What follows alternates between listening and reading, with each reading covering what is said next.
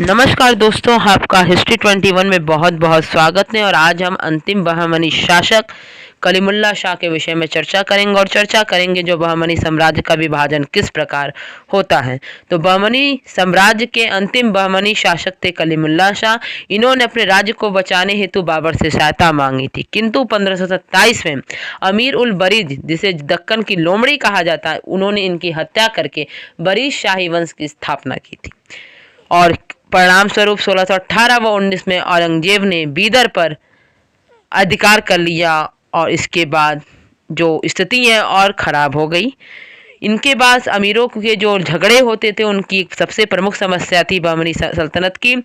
उनमें पूर्वांगतुकों, दक्कनियों व अफ्रीकियों व नवांगतुकों जो थे वो गरीब कहलाते थे। इन चार लोगों में बटा हुआ था, चार अमीरों में बटा हुआ था बहमनी सल्तनत, जिसमें एक पूर्वांगतुकों है, एक दक्कनी है, एक अफ्रीकी है और एक नवांगतुकों। नवांगतुकों गरीब भी कहलाते थे, ये बात ध्यान रहे। जो महमूद गवा था वह नवांगतुक था। विरोधियों ने युवा सुल्तान को भड़काया और 1482 में महमूद गवा को मृत्युदंड दे दिया गया। जैसा कि है कि बहमनी साम्राज्य जो है वो छोटे छोटे राज्यों में कुल 5 में बढ़ जाता है। उत्तर व दक्षिण के बीच में सांस्कृतिक सेतु का अगर किसी ने कार्य किया है तो वो कार्य किया है बहमनी सल्तनत ने।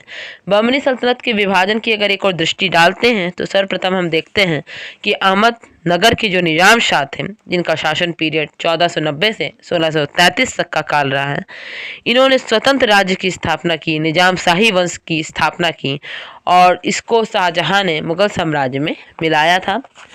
इसके बाद बीजापुर के आदिल शाही थे। इनका टाइम पीरियड 1490 से 1686 है और इन्होंने, जो इनके महत्वपूर्ण शासक थे इब्राहिम आदिल शाह, इनका नाम आएगा, इन्होंने फारसी के स्थान पर हिंदी को, ये महत्वपूर्ण फैक्ट है, राजभाषा बनाया था। इब्राहिम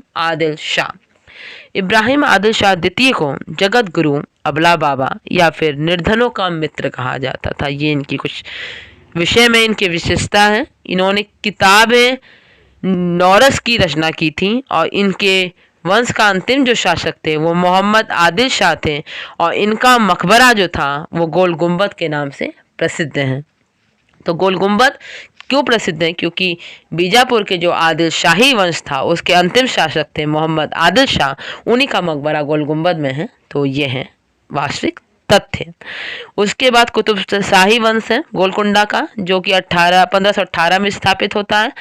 और एक अन्य कुतुब शाही शासक मोहम्मद कुली कुतुब शाह ने हैदराबाद नगर की स्थापना की थी। तो ये भी इम्पॉर्टेंट है कि मोहम्मद कुली जो थे उन्होंने ही हैदराबाद नगर की स्थापना की थी और 4 मीनार का निर्माण करवाया था। तो एक साथ 2 महत्वपूर्ण फैक्ट हैं यहाँ पे। एक तो हैदराबाद के निर्माण किसने की, और जिसने हैदराबाद का निर्माण किया तो उसी ने 4 मीनार का भी निर्माण करवाया था। ये दोनों जो कार्य वो एक व्यक्ति द्वारा संपादित किया गया है, वो है मोहम्मद कुली कुतुब शाह।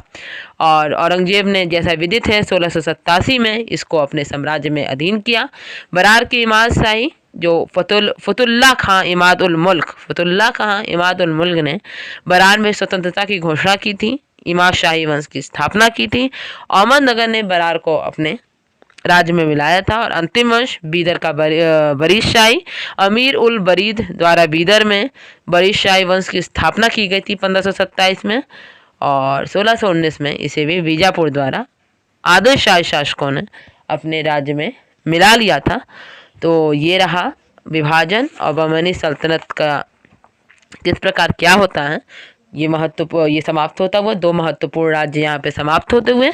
अब उत्तर भारत में जो साम्राज्य के लिए कुछ संघर्ष होंगे, जिसमें बंगाल है, असम है, उड़ीसा है, इनके विषय में क्या थी, वास्तविक परिस्थितियाँ क्या थी, क्या समानांतर चीज़ें घटित हो रही थी, इसके विषय में बहुत ही महत्वपूर्ण फैक्ट हैं, कृतियाँ हैं, कौन शासक हैं, इसके विषय में हम चर्चा करेंगे। तो अगर आपको ये वीडियो पसंद आए, अच्छी लगे, उपयोगी लगे तो लाइक करें, शेयर करें, मेरे चैनल को सब्सक्राइब करें और अंत तक वीडियो में बने रहने के लिए आप सभी का बहुत बहुत धन्यवाद। नेक्स्ट वीडियो जल्दी ही शुरू करते हैं, जो कि होगा उत्तर भारत में साम्राज्य के लिए संघर्ष। तो पूर्वी भारत, बंगाल, असम, उड़ीसा से शुरू करते हुए और इसमें हम देखते हैं किन किन शासकों का होता है।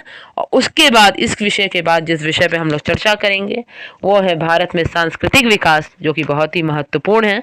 13वीं से 15वीं शताब्दी तक इसमें बहुत ही जो एक इम्पॉर्टेंट आता है सूफी सिलसिला, जो कि बहुत ही महत्वपूर्ण है, उसके विषय में, और भक्ति, जो भारत में भक्ति आंदोलन हुआ था उसके भी विषय में बहुत ही विस्तृत चर्चा होगी। तो बहुत बहुत धन्यवाद दोस्तों।